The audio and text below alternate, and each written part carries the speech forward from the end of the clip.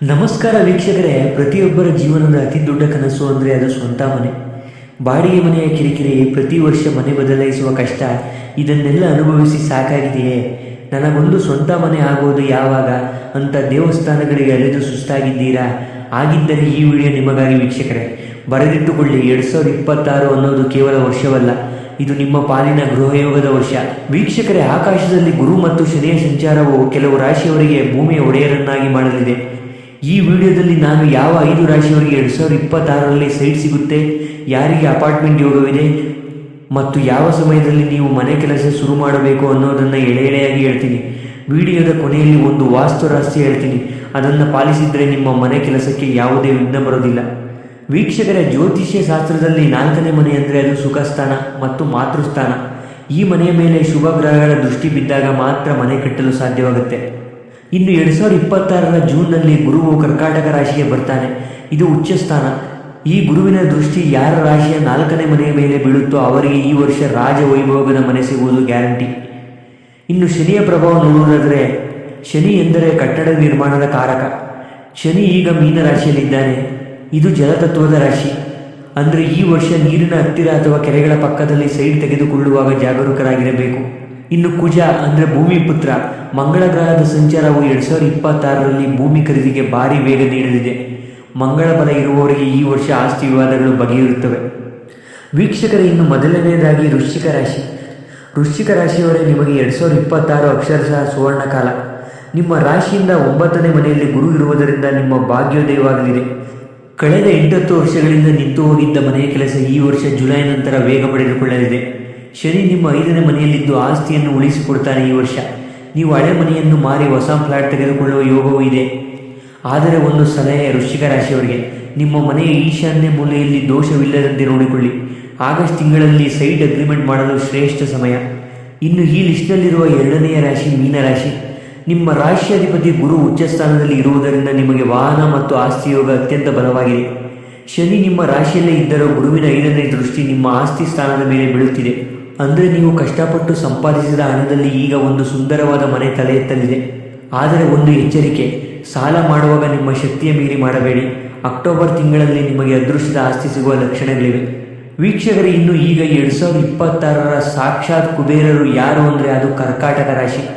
ಕರ್ಕಾಟಕ ರಾಶಿಯವರೇ, ನಿಮ್ಮ ರಾಶಿಯಲ್ಲಿ ಗುರು ಉಚ್ಚನಾಗಿದ್ದಾನೆ. ಇದು 12 ವರ್ಷಗಳ ನಂತರ ಬರುತ್ತಿರುವ ಅಪರೂಪದ ಯೋಗ. ನಿಮ್ಮ 4ನೇ ಮನೆಯ ಮೇಲೆ ಗುರುವಿನ ನೇರ ಪ್ರಭಾವ ಇರುವುದರಿಂದ ನೀವು ಏನೇ ತಯಾರಿ ನಡೆಸಿದ್ದರೂ ಅನಿರೀಕ್ಷಿತವಾಗಿ ಮನೆ ಅಥವಾ ಸೈಟ್ ನಿಮ್ಮ ಕೈ ಸೇರಲಿದೆ. ಬಹುಶಃ ನಿಮ್ಮ ತಂದೆ ಅಥವಾ ತಾಯಿಯ ಕಡೆಯಿಂದ ಆಸ್ತಿ ಉಡುಗೊರೆಯಾಗಿ ಸಿಗಬಹುದು.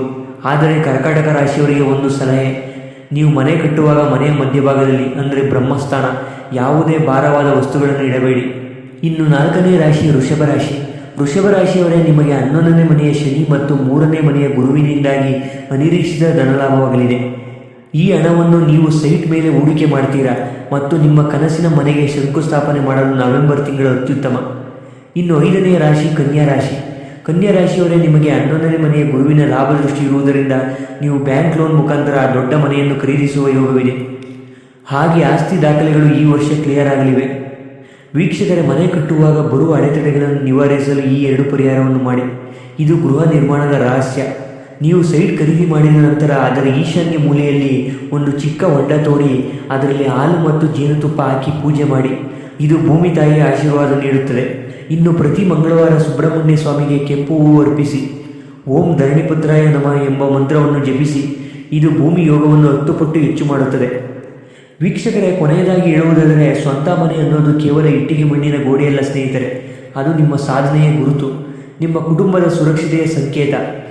ವೀಕ್ಷಕರೇ, ಈ 5 ರಾಶಿಯವರಿಗೆ 2026ರಲ್ಲಿ ಗೃಹ ಪ್ರವೇಶ ಮಾಡುವ ಸೌಭಾಗ್ಯ ಸಿಗಲಿ ಎಂದು ನಾನು ಮನಸಾರೆ ಹಾರೈಸುತ್ತೇನೆ. ವೀಕ್ಷಕರೇ, ನಿಮ್ಮ ರಾಶಿ ಈ ಲಿಸ್ಟ್ನಲ್ಲಿ ಇಲ್ಲದಿದ್ದರೆ ಬೇಸರ ಬೇಡ.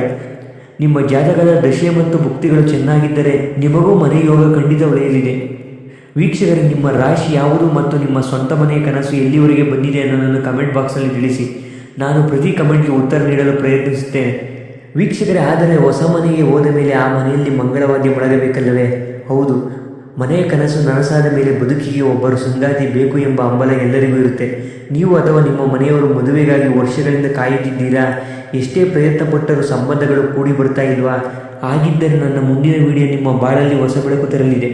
ವೀಕ್ಷಕರೇ, ಆ ವಿಡಿಯೋದಲ್ಲಿ ಯಾವ ರಾಶಿಯವರಿಗೆ 2026ರಲ್ಲಿ ಕಂಕಣ ಭಾಗ್ಯ ಕೂಡಿ ಬರಲಿದೆ, ಯಾರಿಗೆ ಲವ್ ಮ್ಯಾರೇಜ್ ಆಗುತ್ತೆ ಮತ್ತು ನಿಮ್ಮ ಸಂಗಾತಿ ಯಾವ ದಿಕ್ಕಿನಿಂದ ಬರಲಿದ್ದಾರೆ ಅನ್ನೋ ರಹಸ್ಯಗಳನ್ನು ಬಿಚ್ಚಿಡ್ತೀನಿ.